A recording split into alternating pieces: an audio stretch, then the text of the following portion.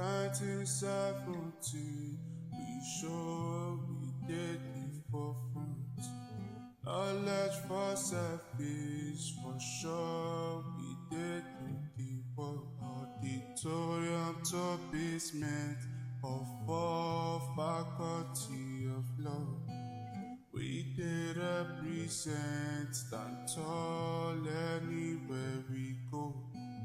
Work hard and we shine, commitment, dedication.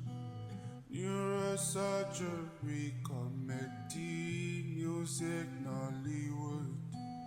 SOTK, Dr. Call, MC Casino. We did represent, stand tall anywhere we go. Great UNIBEN, great UNIBEN, great UNIBEN, great UNIBEN. Hello viewers, welcome to another episode of the UNIBEN Alumni Series. This is a program where we celebrate alumni of the great University of Benin. We hear their UNIBEN story and we hope it inspires and motivates students and also the alumni of the institution. And on today's episode, we have a politician. He said he's a farmer as well. He's primarily a politician. He's a former special advisor to the Edo State Government on youth affairs. He's Hon.Shedrach Udugbai. Thank you, Hon.Shedrach, for joining us today. And we've had this recording before, but fortunately, it did not come out as we expected, so we are having to redo it. And thank you for creating time for us to redo this. Thank you, Shedrach. Thank you very much, Mr. Kevin. It's a pleasure being here, and I'm happy to discuss some of our issues and the challenges and the obstacles and the gains and pains of the great University of Benin. It's a pleasure being an alumni. It's a thing of pride. I'm happy being here. Thank you. Thank you so much. Honorable Shedrach, you hold a Bachelor of Science degree in Physics from the Faculty of Physical Sciences of our university. I want to commence this section with asking you if physics was your first choice of course while applying to the institution. Was it physics you chose, or you had some other ideas? And as we always say, UNIBEN gave me this. Was that your case as well? Not really. I actually wrote to study physics. I applied for physics because at that point in time when I was writing my exam, I was a little bit confused. I had not crystallized a solid posture to know what I was going to be doing. My mom wanted me to be a medical doctor, but I didn't like the idea of being a medical doctor. It didn't come across me as something I would want to do. Working in the hospital environment, the environment is very uninspiring. You know, it's just boring. People die, people cry, people sleep. There's no strategy, there's no thinking. So I just left that message. I quickly ran away from early on. And my brother wanted me to go for engineering, but I still quite didn't know exactly. But I know the thing that applied to me was being a science student. I liked that part. I knew I was going to be science. I knew I had to do mathematics and physics and chemistry in jam. What exactly to do? So, but I discovered I like the idea of solving problem every single time. You know, when the physics problem came alive more to me. When you see a boy is running from here to here, calculate the speed, a bird is running, flying, the aeroplane moved. So you could see there were questions that I could relate with, and they made more sense. So I said, eventually, let me just go and study physics. When I study physics, if perhaps I actually want to go and lecture, I'll go and do mathematical physics. If I want to go back to the medical line, I'll go and do biophysics. If I want to go back to a company, I'll go and do geophysics. If I want to go back to engineering, I'll do engineering physics. I said that this is the perfect one. Since I'm not very sure, let me keep my cards open. So I decided to just study physics. I applied for jam.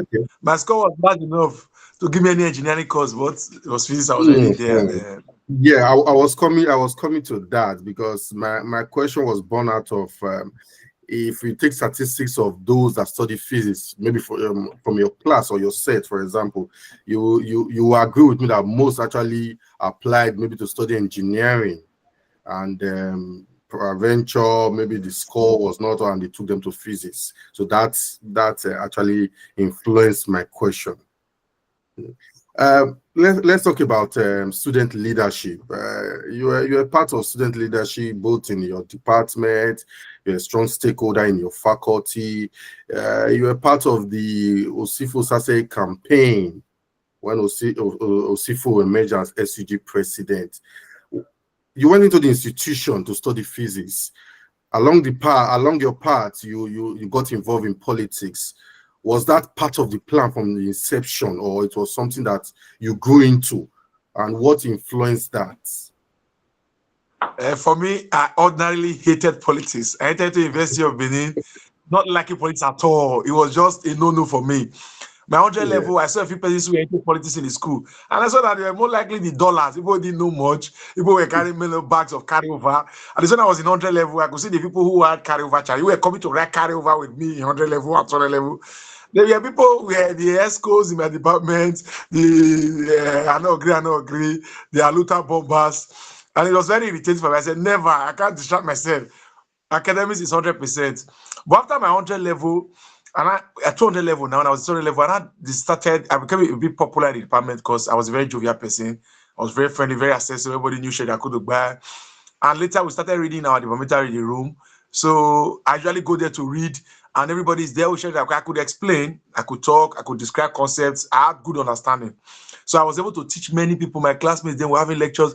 Then those other carryover students who were like 300 and 400 level, we always coming to that 200 level because 200 was like the hardest department in physics department, like they said. It was the highest level in physics department. So they will always come to me and say, I can pause. I will now give them my solution bank. I'll say these questions will come out, memorize. I was always good at predicting exam. I'm good at predicting examination question. I'll say, read this one. This one will come out. You will study. So that also joined me to our ESCOs in the department. All those persons I felt, many of them are not very simple, had carryover and all of that. So, and I started affiliating with the politicians of the department through that reading room. It was during that course of those my stay when they were about passing out. I was now about entry 300 level. That the secretary then, who was my very close friend, that told me, Shedrach, you must contest to, and you must, at least, you have been my friend. I'm the secretary general. I'm leaving. I could give over to you. We could give to someone in 300 level. Although it was in 400 level then. He said 300 level can do secretary. And then so we started. I said, I'm not interested. The guy tried to lobby me. He said, no, you will not be paid departmental dues again. I said, no, that's not enough. Then later, he now told me that this key to the room, when we come to the room, we have to wait. He said that the secretary general will come and open the room because it was controlled by the departmental schools. And there was a small office upstairs that would usually go to write a few things for him. He do last minute reading. And I said, this will not be your office. As secretary general, I said, what did you say? He said, this will not be your office. The guy was very good. And I said, are you serious? This is your office now. He said, yes. And I said, as he's leaving, I will not be the new secretary general. This is not my office. And that's that. I don't know how many reading I'll be reading here. Once I just finish that, I'll come to the office and read. I'll come to class in the morning. I said, what? I'm the next secretary general. That's jokingly. I said, the secretary general, because I just felt like the office will be beneficial. They won't distract me so much. I can also read here and all of those many things. It was good. So that's how I ready to be secretary general of my department. Then we did freshers welcome. Before you know, everyone else, because I don't know, ordinarily I was good at solving problems. If student has issue, exam issue, malpractice issue, they continue the exam or carry over issue, whatever the students' issues are, I was always good at wanting to listen and provide solutions. So during that my first year as Secretary General, I became very, very, very popular. 100 level students were many that year. They were always coming to me. I said, any problem you have at all, any problem, come to me. So I get a reputation of being very on ground, open and accessible, and very helpful to students and student relations at all. So that was what really got me into, that was my first leg into politics as Secretary General of my department, Physics, University of Benin. Oh, okay. At the beginning of your answer, of your response, you said you saw those involved in politics were not the brightest. That you saw most of them coming to write Yes, I was just trying to link it. Based on the empirical facts anyway, but I just used to see someone say this one he graduated 2 years ago. He was our leader. He's still here. 2 years ago, is this good? So I can carry over. So all of those, no other level enthusiasm and fear. I said, no, this setting is not for me. I can't try. Yeah, I was just trying to link it with the Nigeria political scene. because Okay. there's this saying that goes around that it's the worst of us that are leading us.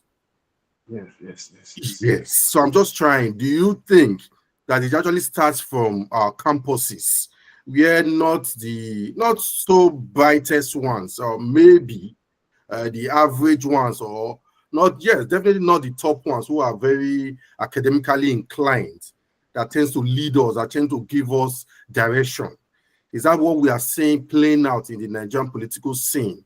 Because if we see some of our leaders, the way they act, the way they speak, the policies they suggest or they propagate, we will question their intellectual level. We'll always question if they actually went to school or if they've actually acquired some level of exposure.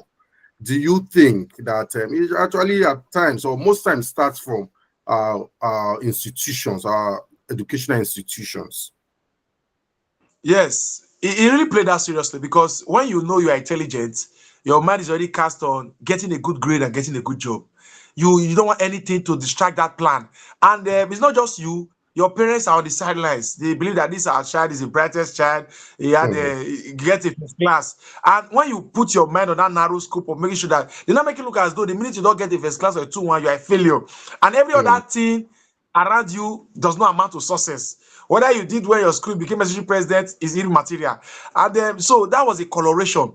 I strongly believe that was a factor because when people tend to have one thing, they hold on to it without giving room for other things into their life.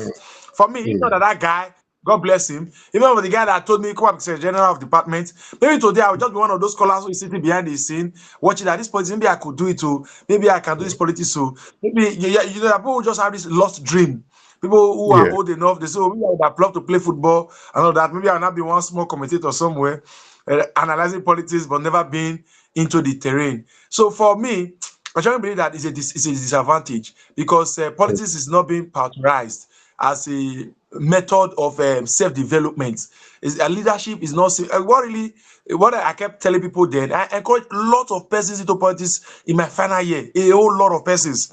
When I Mhm. knew, I told them, I know leadership skill is critical. It will expose you, it will empower you, it will make you Yeah. more of yourself.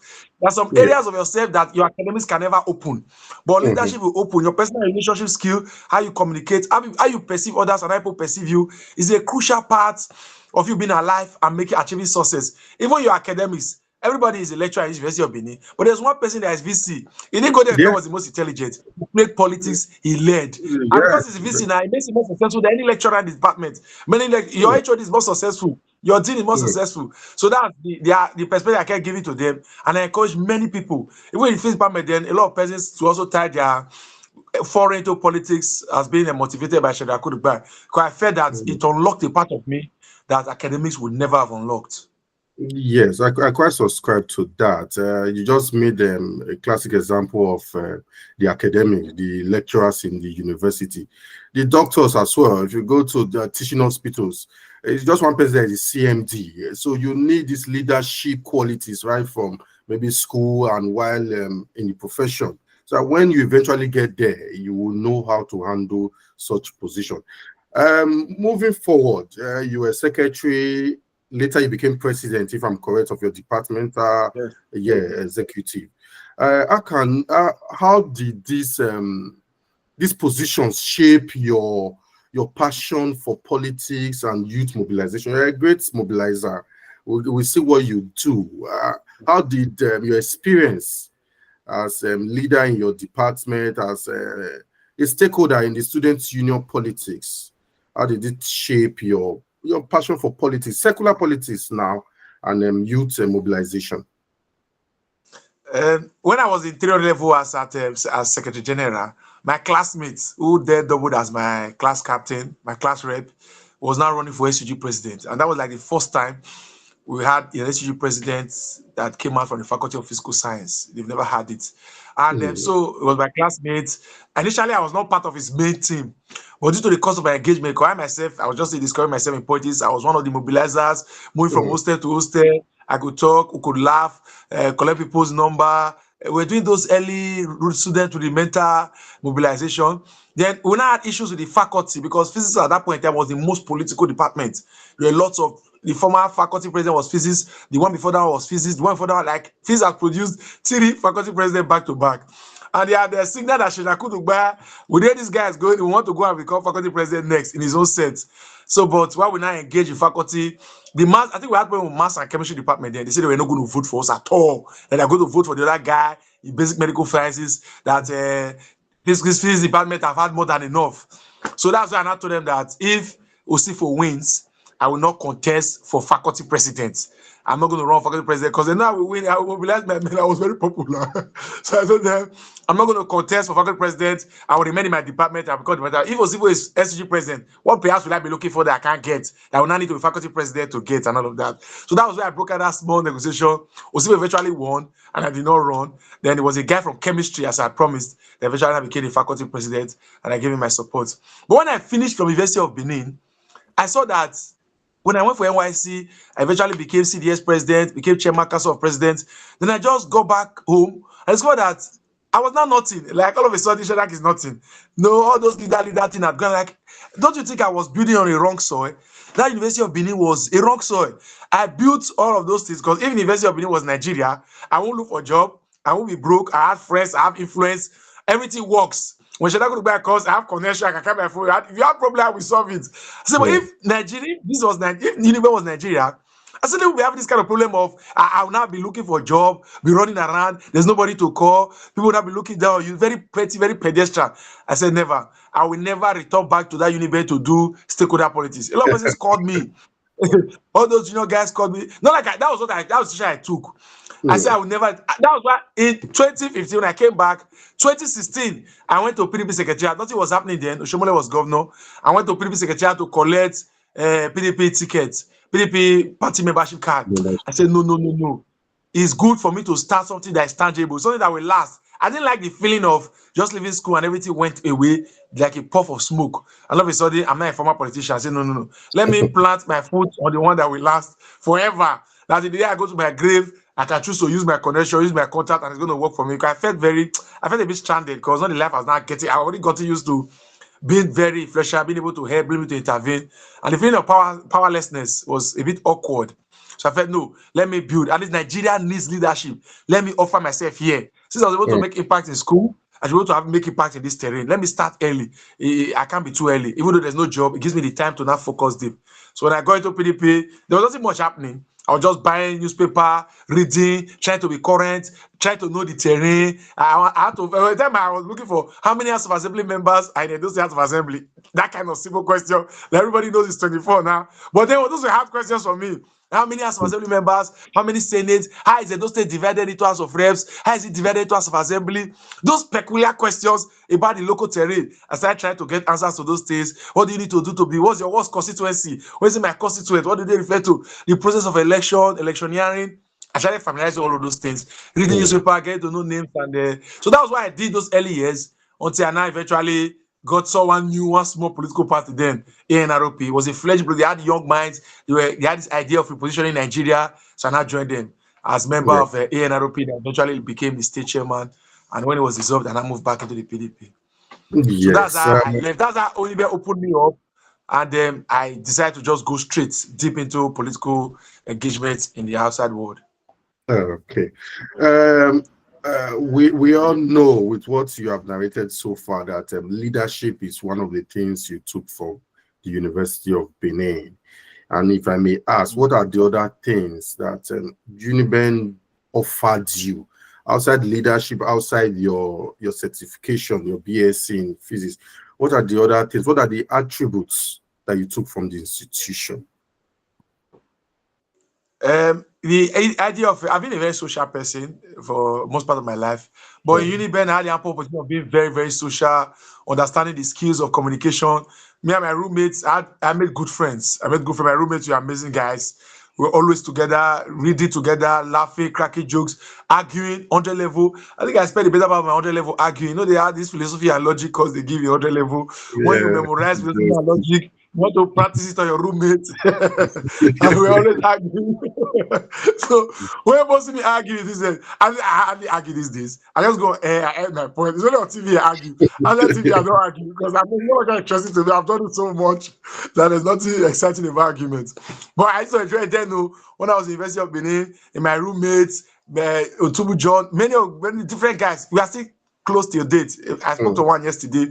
We will be close. I made friendship, and I was able to build a wider network of persons. I was able to also understand myself because at that level, people will tell Shedrach, you are misbehaving, Shedrach, you are doing this, I don't like, Shedrach, this thing is not correct about you. So people get to give you strong feedbacks about how you think and how you reason, how you act, how you behave. Yeah, it was a way, it was, in your house, I tell people most times, in your house, you are most likely like your father, your mother, your brother, your siblings. So you don't really know, if your father talks too much, it is hard for the child to know he talks too much because he sees it as a norm in the family. If the father is very lazy, it is hard for the child to know that I'm a lazy child because the laziness will not be accommodated as a way of life in the family. But when you step out, you need to see people do things differently, people act differently. You see people are weird, they become weird to you. So it's an opportunity for you to also iron out your character and iron out your perception. UNIBEN did all of that for me. I was very impressed and I was grateful. Then also my intellectual capacity was also very widely expanded. I spent energy reading. UNIBEN was hard because when I got to the University of Benin, even the fact that through secondary school, I was the kind of guy who just read small and I would pass. I would just read small and pass. It was just like a gift. I was never very serious in life. Throughout my secondary school days, I was always very playful. Once I read, I remember I just read and I pass. But University of Benin, to read, you can't even finish it in the allotted time. The courses were many, they were bulky, they were difficult to comprehend. So it was I went to class, there was a semester I went to class every single night. From first day to last day was night class. So I actually expanded myself in terms of intellectual capacity. I could read and comprehend, decipher very hard notes to crack, logic, calculations, assemble them in my mind. So it really broadened my mind. So when people say, Shedrach, I did politics, you read physics. I tell them that there's a way you calculate things, you calculate politics. That the guy who did physics can't calculate politics that way. I will just laugh with it. But honestly, UNIBEN did a whole lot of work in expanding my horizon, how I think, how I perceive life, how I got to understand myself, and the dividends of hard work. When you put in the work and you get to see the results, and then you get to see so many people falling down, many carry over, people getting extra years, and you are saying, no, it's not going to be me. You try to redefine yourself. It really helped me shape my perspective, and I'm very, very grateful for the environment they created. Okay. You are former special advisor to the Edo State Government on Youth Affairs. You had a series of activities and all. Which can you recall was the most impactful while you were there as special advisor to the immediate past governor of the state, Godwin Obaseki? Which event or which policy do you think was impactful to your constituents? Because that's the youth demography we're talking about now. So which activity or event do you think was the most impactful during your time? The most impactful were some of the advice I gave when we had some discussions with our principal. But those are things I cannot say in public because it says against the protocol. No government now, everything is secret. It says against protocol to say to public what you said to the governor. So you know me as though you know. Yes, but the outcome, yes. Okay, the outcome. The outcome was some elaborate. There was one I actually wanted to propose that actually this is the light of day. I was going to do a youth summit across the 9 federal constituencies. It came out, but eventually they said it was because it was too close to election. That was the issue we had because I came into power September 2020, December 2023, and the election was like 8 months away. So they said no, it's not. I wanted to go in for governance first before we revert to politics, and they said no, Shedrach. These things they are around it because I wanted to do. There was a one I wanted to do registration of businesses because I felt that there were many young persons who came out of school, and they want to, many of them are learning trade, they're learning business, going to small scale, they start selling on WhatsApp, try doing 1 or 2 things. I believe that if we could give them something, a more solid background in business so that they too can also stand and earn, whether it's passive income or active income, whether they could learn some high-end skills and empower themselves. So what we can do as government is to help them with CAC registration, to give them an organic business market so that they can now get official bank accounts running. And it's a structural platform for them to begin, give them advice and mentorship on how to go about scaling the businesses. So we're about doing those youth seminars, but they said, no, Shedrach, this thing is governance, it costs so much, we have to truck it. He actually gave it to my colleague, a special advisor of Governor of Youth in Imo State. And he invited me after we left office for his own. He did it, he empowered 1,000, the rest of 1,000 business for 1,000 youth. But I came the wrong time. There wasn't enough time for me to do that. But the guy actually did it in Imo State and it came out well. But beyond that, it was the political mobilization and the drive. The time I took out to educate young persons, especially those who wanted to engage in politics, I had the opportunity of mentoring a lot because I felt that in this game of politics, the youth seriously needs to rise to the occasion. And then there's this air of secrecy tied around politics that you have to be a courteous, you have to be an old man, your family must be rich. Me, I had nothing. There was nobody in my family that's ever been a politician. My mother's side, my father's side, zero political experience. I didn't have money, I didn't have job, I had nothing. All I had is myself and my brain. I was able to rise so fast to now become the youngest special advisor Edo State has ever had. So I needed to break that barrier for many other persons who wanted to engage into politics. And I also tried to discourage them on people, when they start the politics, they want to go for the aesthetics. They want to be seen to be big. They want to appear with big celebrities, big politicians. They want to snap picture. They want to go to big events. I said, that's not where you start from. You start by sharpening the saw, and that's you. You have to build your knowledge base. You have to build your capacity because they will judge you they will judge you by two things. Firstly, when they see you, how you look, how you appear, how organized and coordinated are you. And the next thing, when you open your mouth to talk, how you communicate and the strength of your ideas. That's the two things they need to judge you. Nobody will do anything more. So you have to work in yourself. It's an internal process. And you have to go for mentorship because there are many things about yourself you can't see. And politics is not documented in any book. And they say you just go and read one book and now understand Nigerian politics. And there are some nuances that must be introduced to you. And so I did a lot of lectures and seminars across universities. I went to Achipoli, went to University of Benin on numerous occasions. Here at the SCG, we worked closely. I went for political youth drives across the senatorial districts. I did lots of political campaigns and education because Gode Abaski made it look as though all of us were political special advisors. That's how it was being carved. There's 3 senatorial for the 3 senatorial districts, 9 for the 9 federal constituency, there's Shedrach Udugbai for the youth in the state. So I was practically redirected that it's a political arm that should leave governance alone after I tried to make some inputs. But majorly, in terms of policies, I made some policies in the direction of governance, but it was the political mobilization that was keen.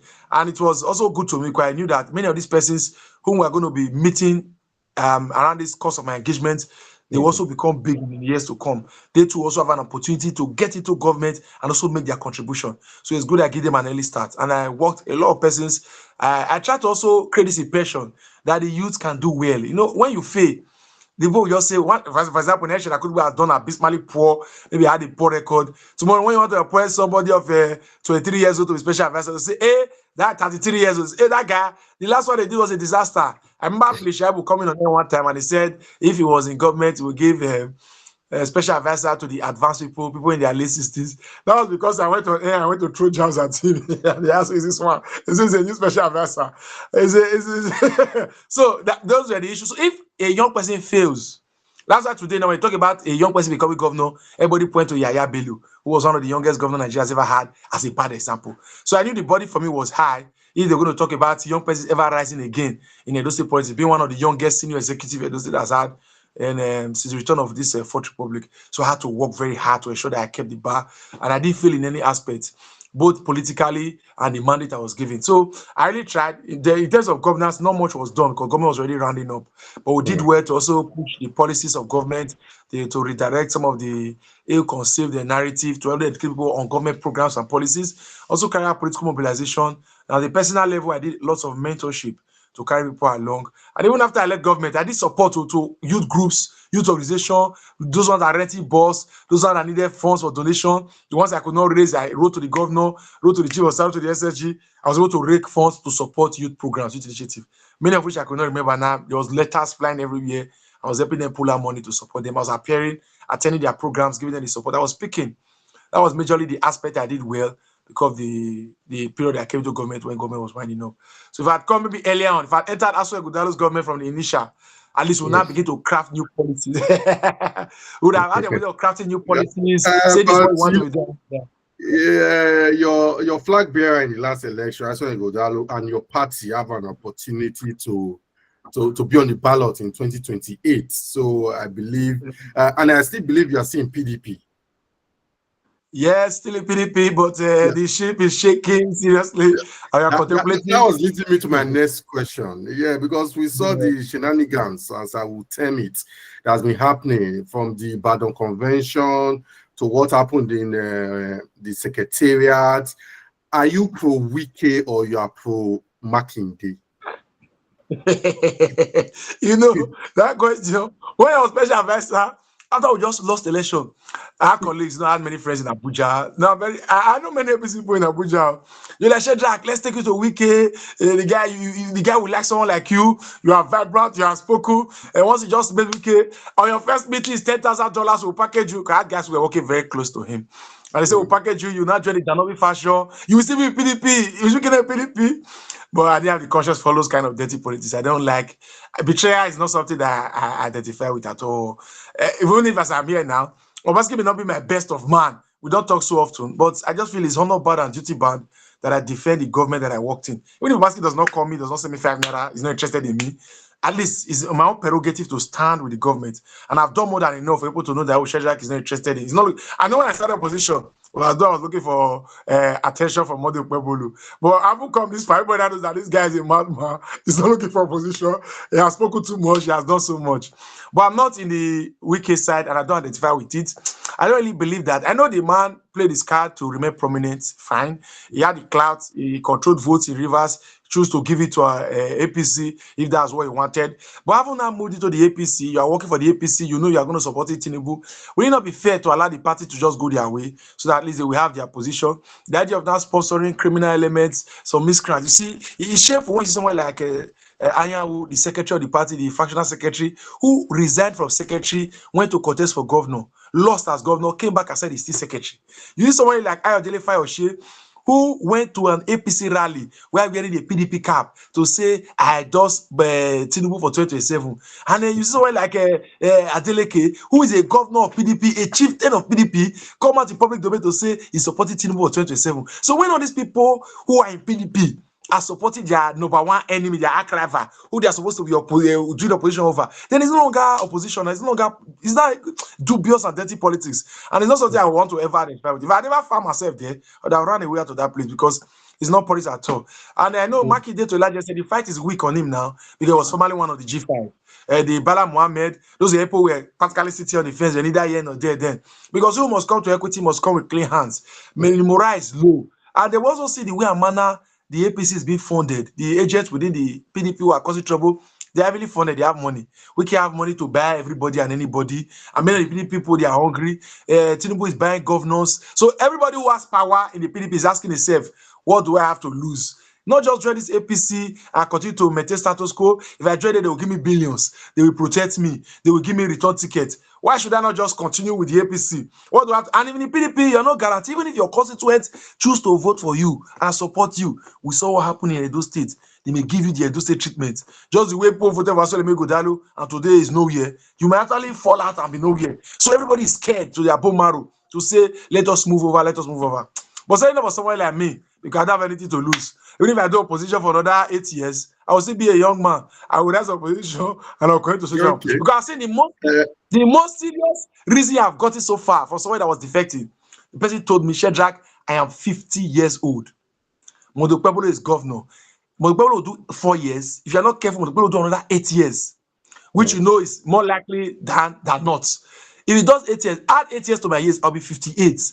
Do you know when next Esan we have another governor again? I will not be in politics. If I'm Esan at age 50 and I'm not allowed to support Modi Ukpebulu, don't you think I will not die a good death? I will die miserably, politically speaking. I will die a miserable death politically. So for me, I told him I wish you where you can go. Your reasons are genuine. If I was 50 years old, maybe I won't be in PDP holding with Aso Ighodalo. I say, oh, let me go to APC, let them help me. At that point in time, I want to buy one house and build one car and be happy. The very last question. You are quite one of the most vocal opposition voices we have in the state. You're up there, you're on TV, you're on social media, playing the role of opposition, which is quite good for our democracy in Edo State. I just want to single out one of the projects, because the governor of our state, Senator Mondo Kwewulu, just completed 1 year in office, and he has, to his credit, his team, they published the activities and the projects they've done in the past 1 year. I just want to single out the flyover in Edo South, the 2 flyovers, one at the Ikubahi has this, Ramat Park has this, and the other one at Adiswa in Saple Road. With reports I've gotten, with talks I've had with people on the ground, they have a mixed reaction concerning this, especially the one at Adiswa, the flyover, that it is not needed. But others are saying it's needed, that Adiswa is quite congested with traffic, especially in the evenings. Others are saying with expansion of the road, it would have been better, and proper traffic management would have been better. You, as an Edolite, what's your take about that project in particular, the infrastructure? You know, if government had all the money in the world, there will not be a problem. Could do flyover everywhere and anywhere as you please. But because I know that government does not have all the money in the world, government must calculate. There's what called preference. It's like an individual spending money. You must put money where there is need and where there is demand. You can't just put because you want to. You put money because you have to. That's Adeswa Junction. It's not busier than Saple Road Junction. That third junction by Saple Road. That way you had Kaza Plaza, Ekpopa crossing, third going up, Saple crossing. It's not as busy as that. That Ekpopa Junction by Saple Road is not as busy. And that's why it's learning when you go to that place. And the other places, for example, Ring Road. That Adeswa Junction is nothing next to Ring Road. Ring Road is hyper busy. The other place, Upper Market Road by Biwe Junction, they are busy places. And Adeswa Junction is a T junction. It's not even a 4 junction. It's a T junction. So the idea of putting, when you know you could, the place they are broken now, if they just tie those places, this demolition they've done, they expand this, let them just tie the road, put like 4 lanes, 3 lanes, 2 lanes, 4 lanes. You see that the go slow practically disintegrate. They will just disappear. Because when you now begin to commit humongous, see, Mondo Kwewulu has not told us how much he used in constructing the flyover at Ramat Park. That period when he flew there, when he commissioned that project, was 2 days after I got into office. When it was about a few days before by a couple of weeks before they gave the Jupiter judgment, he borrowed 100 billion Chinese loan approved by the State House of Assembly. And those 100 billion is Chinese loan. And usually, the way I understand government, I've studied them for a long while. It is those Chinese company. Because the company that's doing that is a Chinese company. That's CCECC.